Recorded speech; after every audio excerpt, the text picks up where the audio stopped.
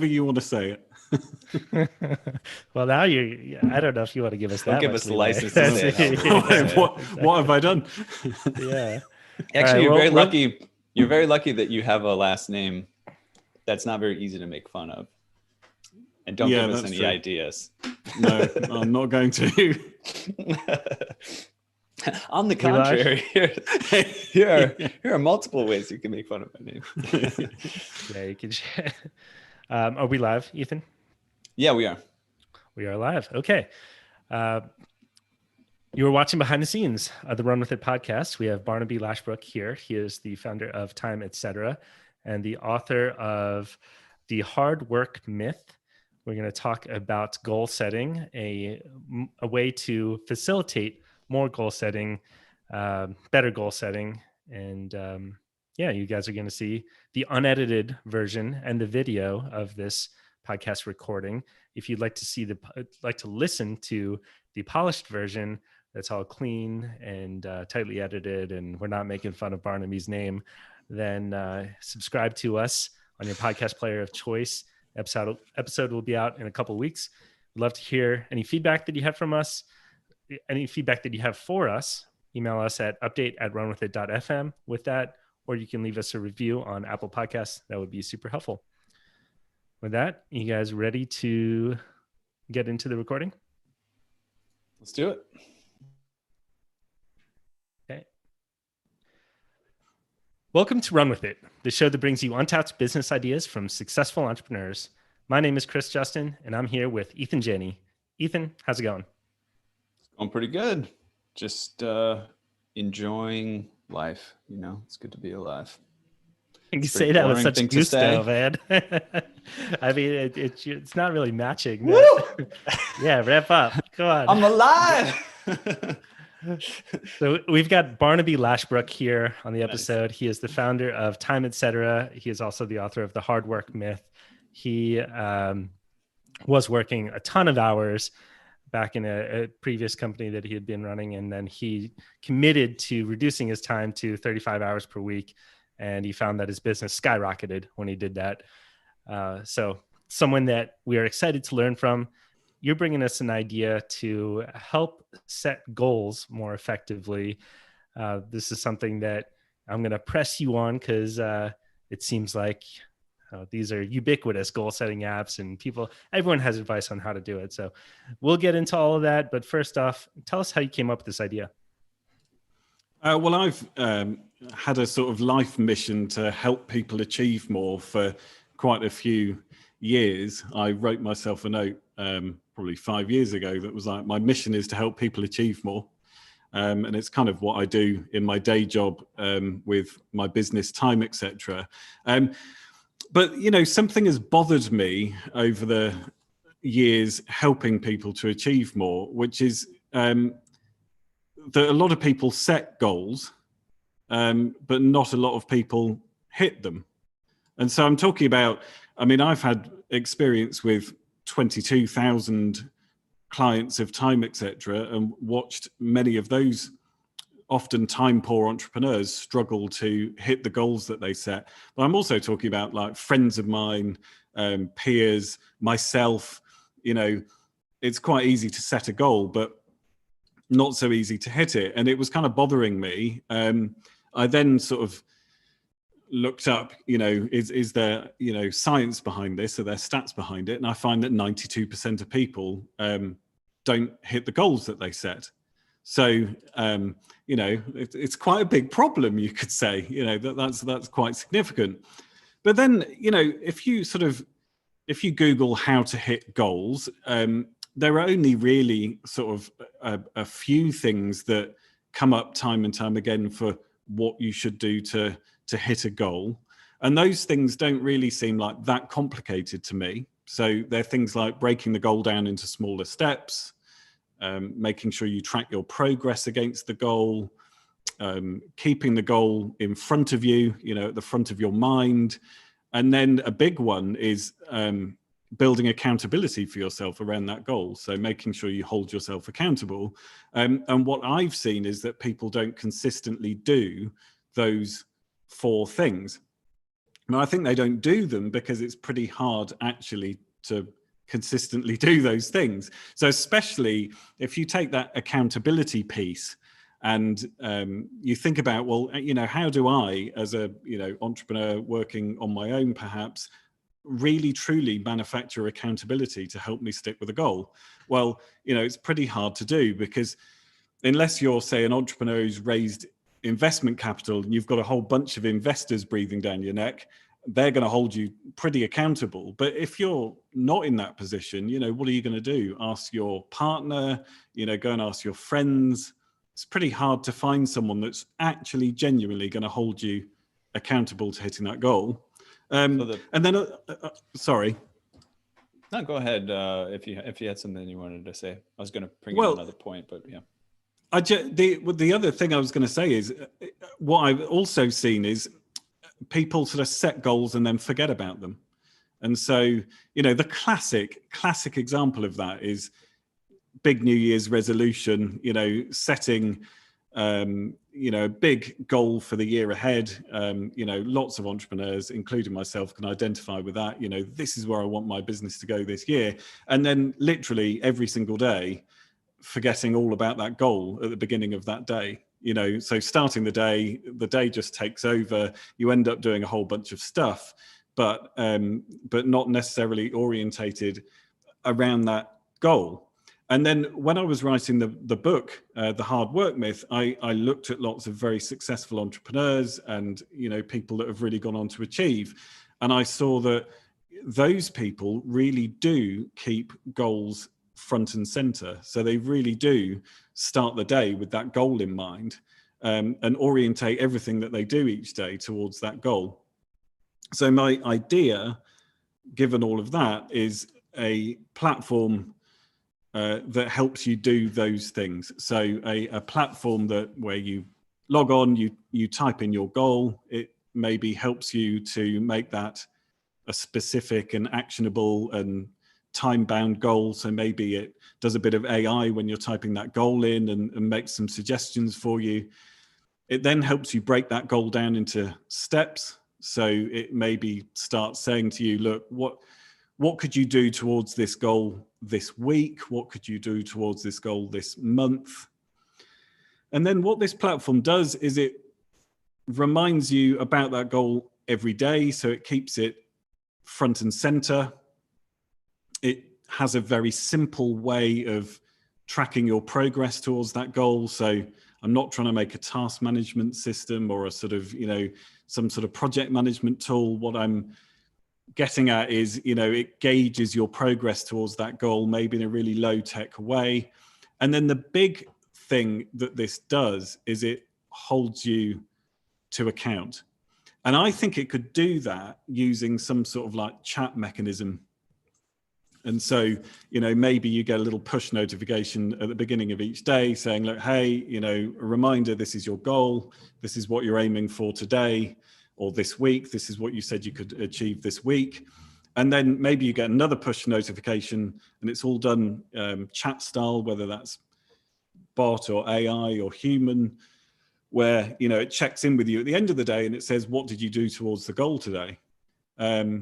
Let's pause here because there's a lot to unpack, and I think we'll get into the nitty gritty of how this app could work and the system can work. But I'm impressed first. That having been said, we usually don't let our guests talk for that long at the very top. But your ideas are so kind of well laid out. It was just like, okay, well, let's. I mean, clearly you've been thought about this, so we're excited. It was very well organized. We appreciate that. I'm impressed that one of the first things that you brought up, one of the research of 92% of people that set goals don't hit it. That is a pretty good answer to my objection that I laid out before we even let you speak of why is there room for another app here? The ones that exist, I mean, the majority of people haven't found something that works for them. So finding a system that does work is obviously it would be very valuable, and it would be valuable to the vast majority of people. Yeah, I think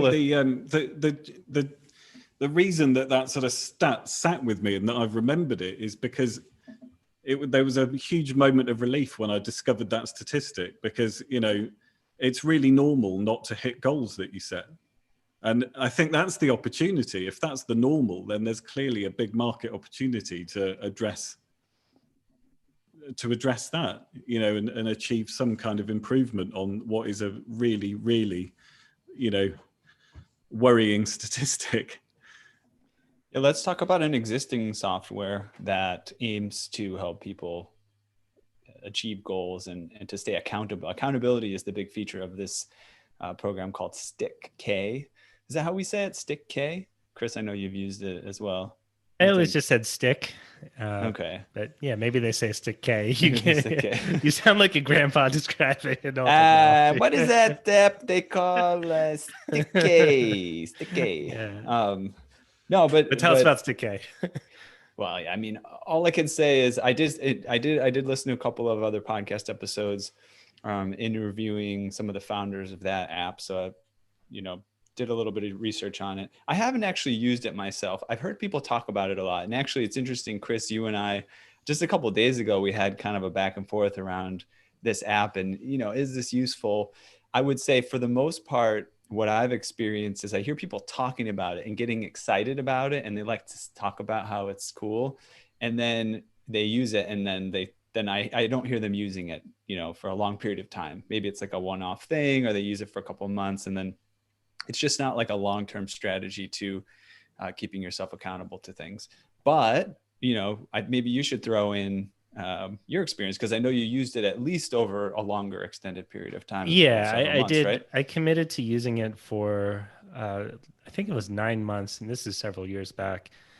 And someone else had held the keys to the system, so to speak. So the way Stick works is you commit to doing something, and you have a trusted person who is going to verify that you have done that on a weekly basis, let's say. And if you don't do it, then your account gets charged $10, let's say. If you do it, then the system is free for you. At least it was at that time. It was incredibly motivating to accomplish that. I think I very rarely, if ever, missed when doing it. But I think the challenge, and I think this is true for goal setting apps in general, is the meta habit, right? The using of that tool in itself. At some point, you say to yourself, a lot of people do, I don't really feel like doing this, and I don't want to use the tool that I have to track my habits. I've gone through plenty of them. I have one I'm using right now is called Streaks on my phone. And I just, you know, I feel bad about looking at all these things I should be doing. Like, you know, I'll just read you some of them that I have here. Less than one finance check per day. No news during work. Note distracting tasks rather than pursuing them. You know, some of these I have done, but some of them I read for 30 minutes. I haven't done that. I just feel like crap about it. So I don't use the app at all. Yeah, one of the things that I think comes up with a lot of this goal setting stuff is you get into this area of increasing stress level and increasing self-criticism.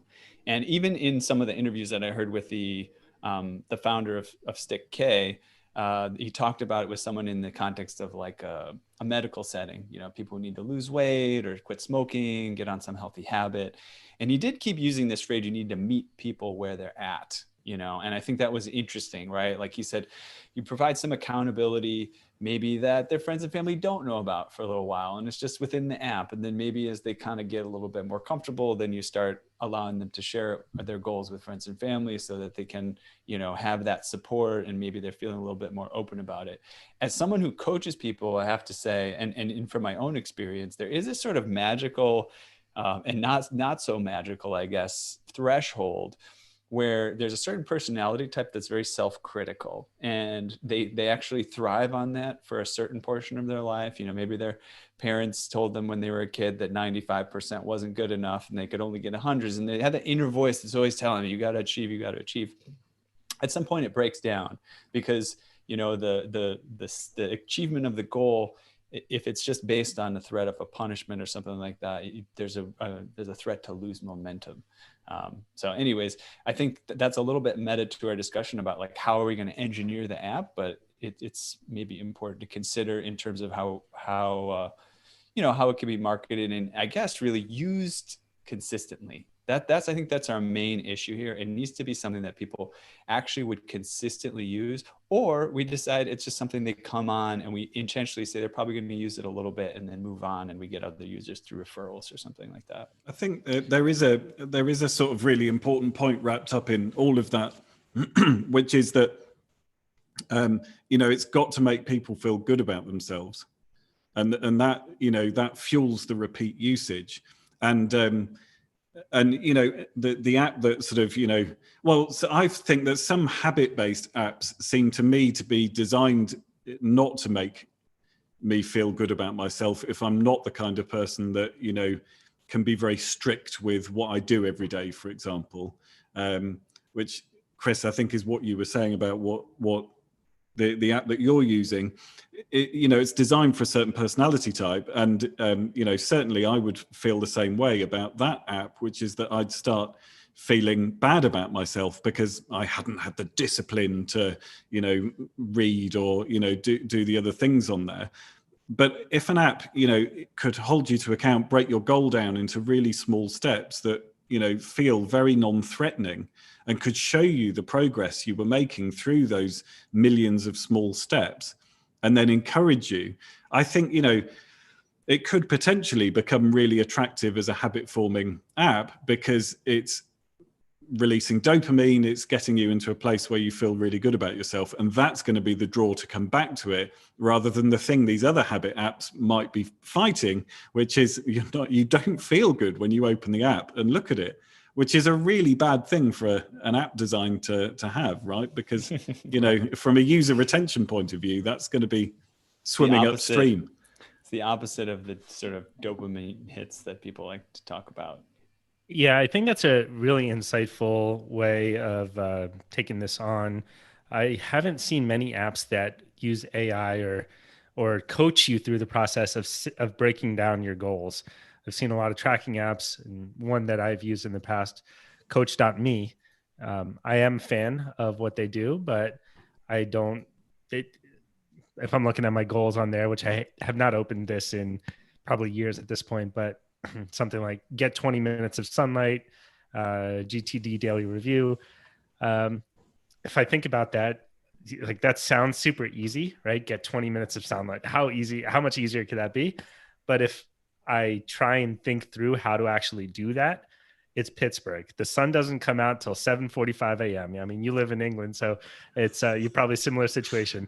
What is the sun? 7:45 a.m. Yeah, exactly.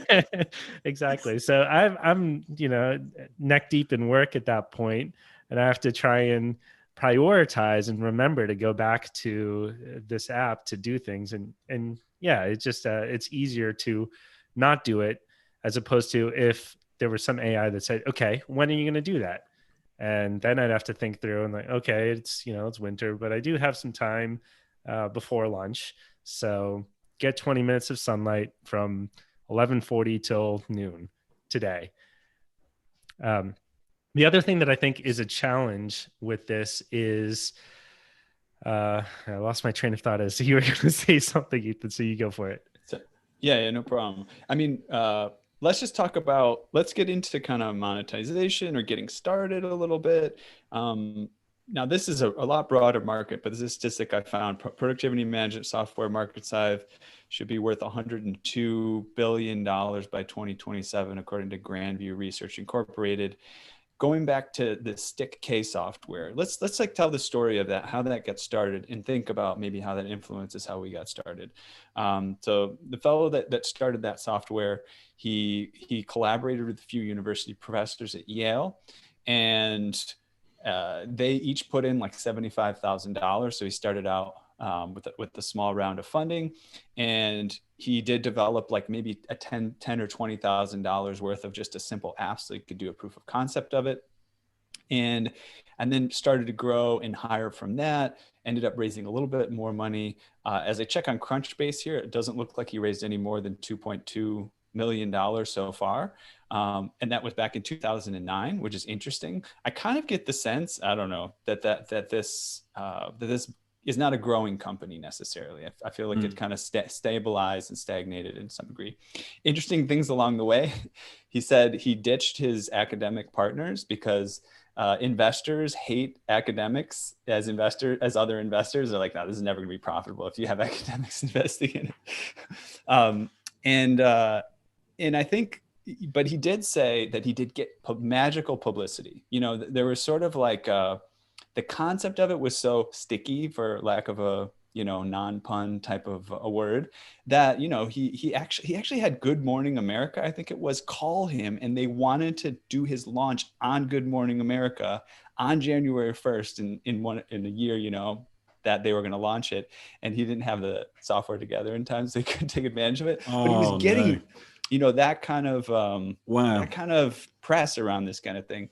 And that's that is part of what the Yale University professors were good for, was credibility. You know, so they had people you know, not spending for the company, I don't think, but they would put up to $250 on the line, right, using their app.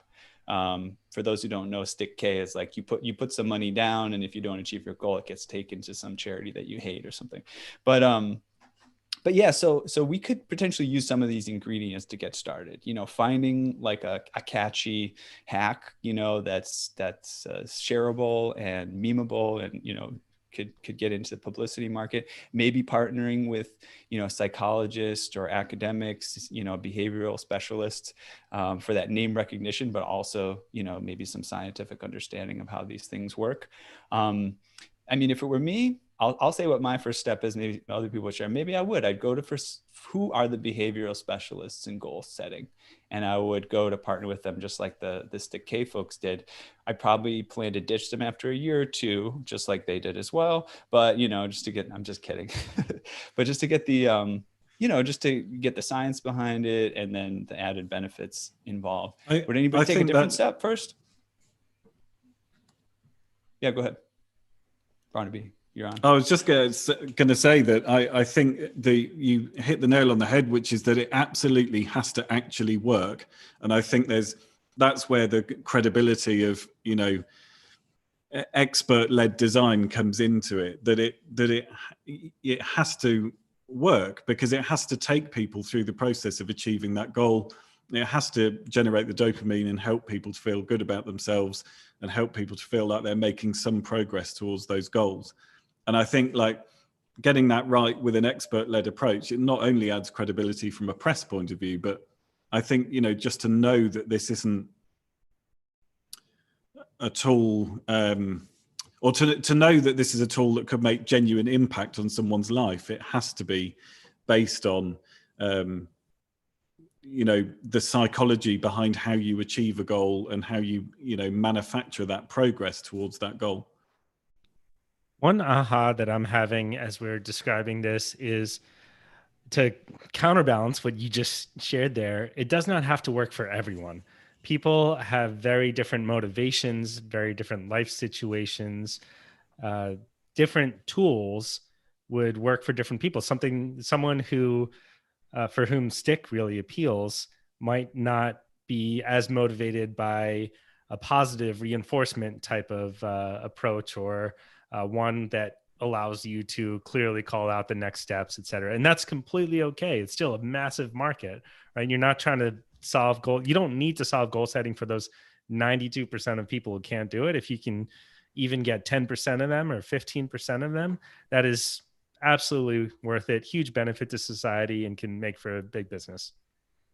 I feel like sorry, go on. Go ahead.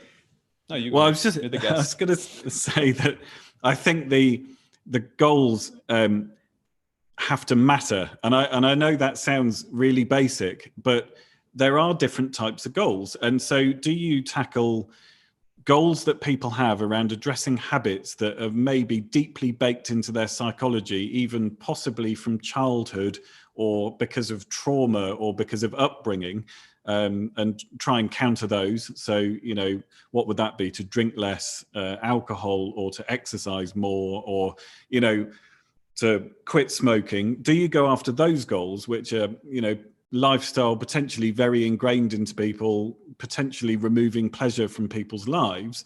Or do you focus on aspirational goals? So, my market is the entrepreneur market. And so I understand that really well, that as an entrepreneur, I want to be able to set a goal, say, for growth of my business this year, and break that down and, make positive small steps every day towards that goal. And that's probably more the goal I have in mind when I think about this, this app versus the sort of tackling the habitual kind of goals.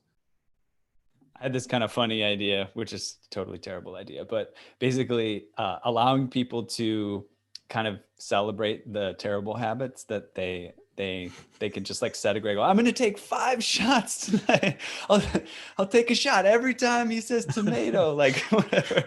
Like, oh, I did it. It's an accomplishment. Just have some fun with people making fun of themselves. But seriously, I think that one thing that as you mentioned in some of the stuff you sent to us before we started is the corporate market, and that's really interesting as well.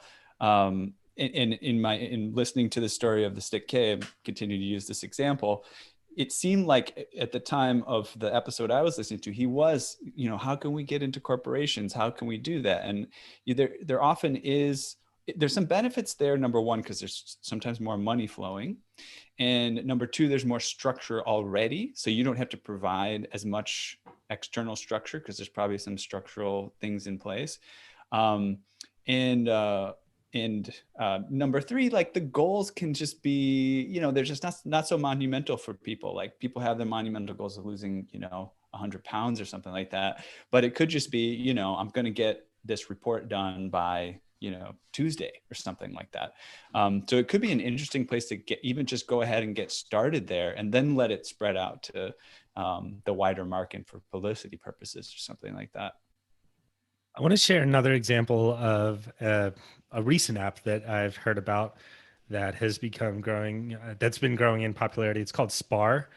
And I know it's on iPhone. I'm not sure if you can get it on Android, but it's the tagline, Spar is the challenge app. Doing stuff is hard. Spar makes staying motivated a piece of cake. It's a really cool approach to habits more so than goals necessarily, but maybe something that we didn't it's not something we explicitly called out, but habits are a key aspect of forming a goal. Of course, if you want to lose weight, then you want to have a habit of not eating cake, or you want to make sure that you're exercising regularly, whatever it is. Anyway, the way that the app works is you commit to, let's say, daily journaling 1 time a day for 14 days. And if you miss it, and the way that you ensure that you've done it is you have a video check-in. So you actually record yourself, holding up your journal, for example, to show that you've done it. And if you miss it, then you have to pay $5 into a pot of everyone who has committed to that activity over the same length of time. If at the end of the time, the person who has missed fewest, and if it's a tie, it's the people, that pot gets distributed among all of them. So you have this financial incentive where that's very motivating. Spar takes 10% of the pot. That's how they make money. But I know I heard about this from Ryan Holiday. He's a huge fan. He's actually on the homepage as one of the videos. He's been talking about it a lot in his newsletter.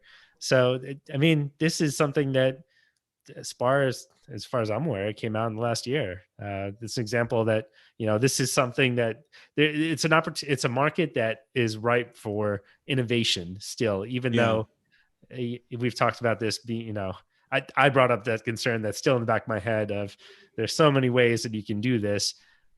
There's still new ones that are coming out that are becoming wildly popular.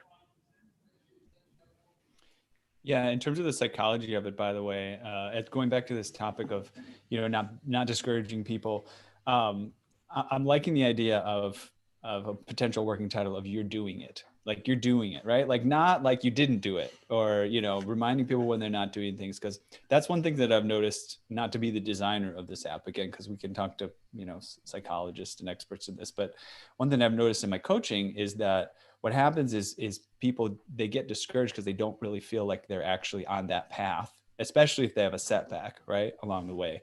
So I think it's useful. It would be useful to have some kind of app where along the way, even if you don't do it, it's still some way it informs you that you're doing it because you're still looking at the app, right? Like you're still paying attention. You still are focused on this. You are, you know, discouraged that you didn't get it done. And that's part of the process, right? Failures are part of the process. So I think that comes back to that. That comes back to that thing of making people feel good about themselves. That, right. You know, that will make the app extremely powerful, I think, if it can find a way to frame, as you say, even, you know, maybe missing out on doing it that particular day, showing you the progress that you've made that week, or showing you the progress that you've made over the course of the month. And, you know, that driving that, like in doing it through entirely positive psychology, I think could be a point of difference, could make it really interesting, and then could drive that sort of desire to log back in if you're going to feel good about yourself. We haven't talked much about the financial model here. I think that we need to dive into that. How do you make money? Is this an app that we think you'd want a subscription fee to? And if so, I think that would be a big barrier because there's so many free apps out there, and people underestimate the value of a better system, right? If you just say, well, this one does 50% of what that one does, I'm just going to use this one as opposed to paying $10 a month even. So I'm just going to put that out there. And then two, the brilliance of Spar in my mind is people go to that app and everyone overestimates what they're going to be able to do. So they see this, I was like, I'm going to make money on this, right? Like there's a pot for $80 to do a 1-minute plank for 14 days, right? Like I can do a 1-minute plank for 14 days. Like pay me out. I'll take $80 for doing 1-minute planks. Sure. So there's something brilliant in the way that that's set up. How could we make it motivating for people to give us money? Now, this may be a terrible idea again, and that's what I'm here for, just bringing terrible ideas. Chris brings the good ideas, I bring the terrible ones. But, you know, what if we reversed the psychology of the existing things like Stick, where they take money from you, you know, as you're trying to do things, you know, get things accomplished? So like, I mean, what if we said you subscribe for a year, but if at the end of the year you don't achieve your goal, you get your money back? And it, you know, on the first side of it, because 92% of people don't achieve their goal. Exactly, but at first sight, right, it makes it seem like, well, then people are just going to go ahead and subscribe, and then they're going to ask for their money back at the end of the year, right? Well, the thing is, if you really think about it, what would it feel like if you did achieve a goal, and you then ask for your money back, just kind of like trying to game the system? That would feel pretty crappy. And I don't think people would do it. I mean, you'd have a few people. It's kind of like money back guarantees on anything. There's only a very, very small portion of people that actually, you know, use those type of warranties. So there's that aspect of it, that if you did achieve the goal, you'd probably just feel like, you know what, they deserve it. I did it, you know, like, yeah, let's all celebrate and I'll pay for this thing and that's fine. I'm not going to ask for my money back. And on the other hand, if you didn't achieve it and you had to go and you had to say, all right, I want my money back because I didn't achieve it, there is some sort of like it's like kind of like a, you know, oh, right, you win, right? You don't win, right? So it's like, you would think that somebody might do that with a feeling like, I still win because I get my money back. But you really don't. And I think that there might be still that kind of a motivation in it that, hey, I paid for this. And for some reason, I fell short, and not like a feeling bad about oneself, but a feeling of, yeah, this is on me. Like encouraging people to remember that it is their responsibility in the end. I think that's part of what these apps do is they actually take away your autonomy and your responsibility a little bit. It's like, oh, we'll take some of the responsibility off. We'll put this framework in and stuff like that. But if in the end you're kind of reminded, you know what, it is, up to you in the end. There is something that has to be done on your part to really make this happen. Anyway, there's my bad idea for the day. Well, in terms of monetization, I feel like I come back to this idea that it's about chasing the goals that are meaningful or have significant impact for people. So I think you can charge subscriptions, you can monetize when you're helping people to achieve really significant goals. So if it's a sales team achieving a sales goal, I think people will pay for that if it delivers. As an entrepreneur, if there was something that could glue me onto my goals and keep me focused on those every day and genuinely help me every day do one small thing towards my business growth goals, it's worth money to me. And perhaps, if it was a significant healthcare goal, so if it was, targeting someone that's on the edge of diabetes, for example, and, driving them away from a sort of more serious healthcare outcome, then maybe, there's significant value in that. So I feel like how you monetize it is, in my view, to monetize it, you move away from things like, can you do 10 press-ups every day for a week, and you move it towards significant goals that really matter to the people that are trying to achieve them. So I think it could be cool to start with sales teams. I think that's not a bad place to start. And it kind of gets us away from this sort of mass market appeal that we might have thought would be appealing at first.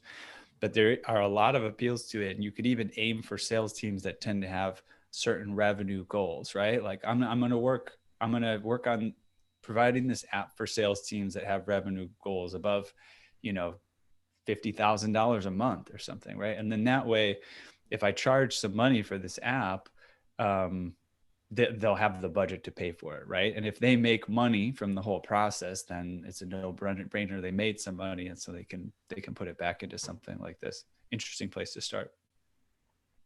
I want to share a couple stories, one new, one old, about ways that people have hacked together their own systems for achieving what they're looking for. One is, it's made the rounds, blogger Manish Sethi. He is the brother of Ramit Sethi. He paid a woman $8 per hour to slap him in the face every time he got off task. He got a ton of coverage for this. And actually, he turned it, you think that there may not be a business idea in that. He turned that into a wearable. That wearable was on Shark Tank. It was Pavlok. Oh, yes. Yeah. He got eviscerated by Mark Cuban on that show. Yeah, I remember. It did not go well, but I think that he's still, still around, still running Pavlok. So, there's an interesting take on how you could do this. I didn't realize. I'm sure this joke has already been made, but I didn't realize you could get such an affordable rate for having a woman slap you around. Yeah, there's a still shot here from mid slap. He's bracing for it on the New York Daily News. So she looks like she is taking great pleasure in slapping him in the face. I think that's part of the compensation. The other one that comes to mind for me whenever you're talking about habit change is Odysseus. If you've ever read Homer's Odyssey, probably the most famous part of the story there is as they're crossing the sea and they're nearing these sirens who are incredibly compelling, and everyone just crashes their boats into the sirens if you get near them and you hear the song, right? For those that are not familiar, a siren is sort of like it's kind of some sort of a being that sings this song that's irresistible. And then if you go to them, you're in peril. Yeah. So what he did is he wanted to hear the song, but he didn't want to crash his ship, of course. So he had his men tie him to the mast of the ship, and they put earwax in their ears. So he could not, move the ship closer to the sirens to crash. And really, that's the old version of a pre-commitment device, which is a key aspect of any sort of habit formation, of a lot of habit formation type apps. And I mean, that's what Stick and Spar are doing. They have in common is they say that you say you're going to do something. People have these concepts of, I'm going to New Year's resolutions, right? I'm going to lose 20 pounds. And if you can pay that, collect the money when people are in that state, then you have a much higher success of, in my opinion, of collecting the money when people are actually going about their daily lives and having to report out on that. So this is one of those cases where if you can, maybe a yearly subscription makes more sense than a monthly one, and you really try and hammer it in December. There's a weight loss app called Noom that does exactly that. So that is it's all about an annual subscription paid up front for the next 12 months.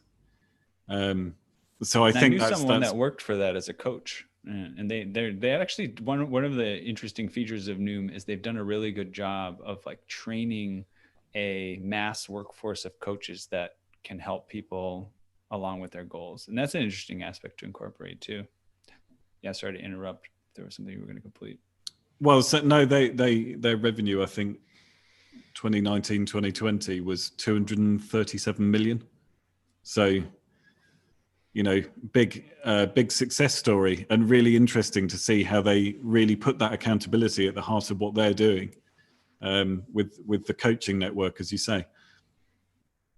So let's go back to some action steps and some things that we talked about already. I'm just going to continue along this line of like sales teams. Maybe they have $50,000 a month revenue goals, and maybe you can easily charge $50 a month for an app for a sales team that has a $50,000 revenue goal. It's really a small portion of what you're helping with.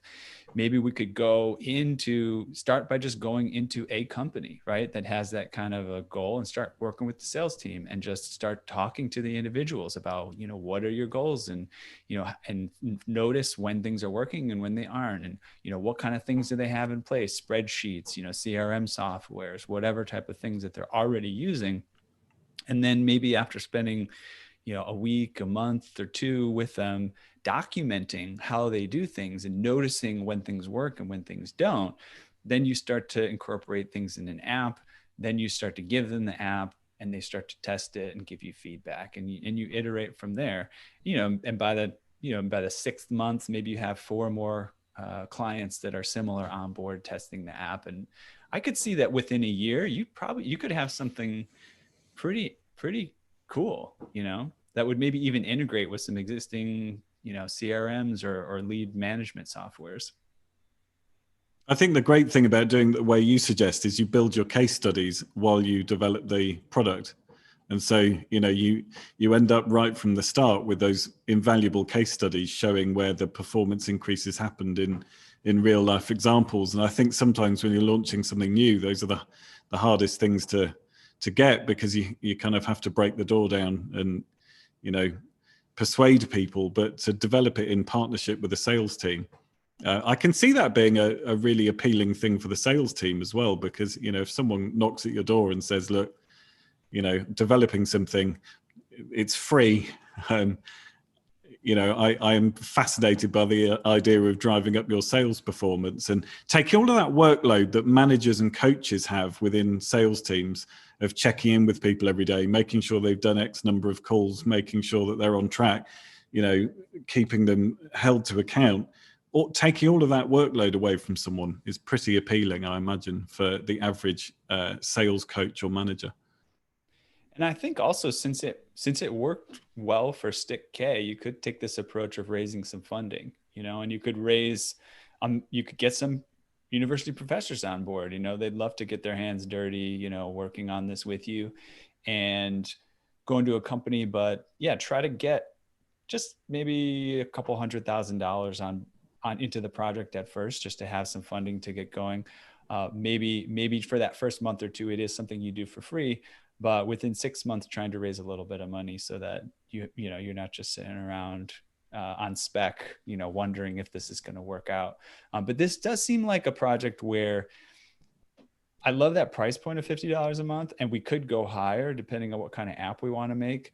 but you could aim for volume, think about a $50 per month price point, and get some funding so that you have some room to really develop it and work it out, and then launch it maybe within a year or two, and start piling users on board and hit the ground running. I think that's a good place to wrap for us here.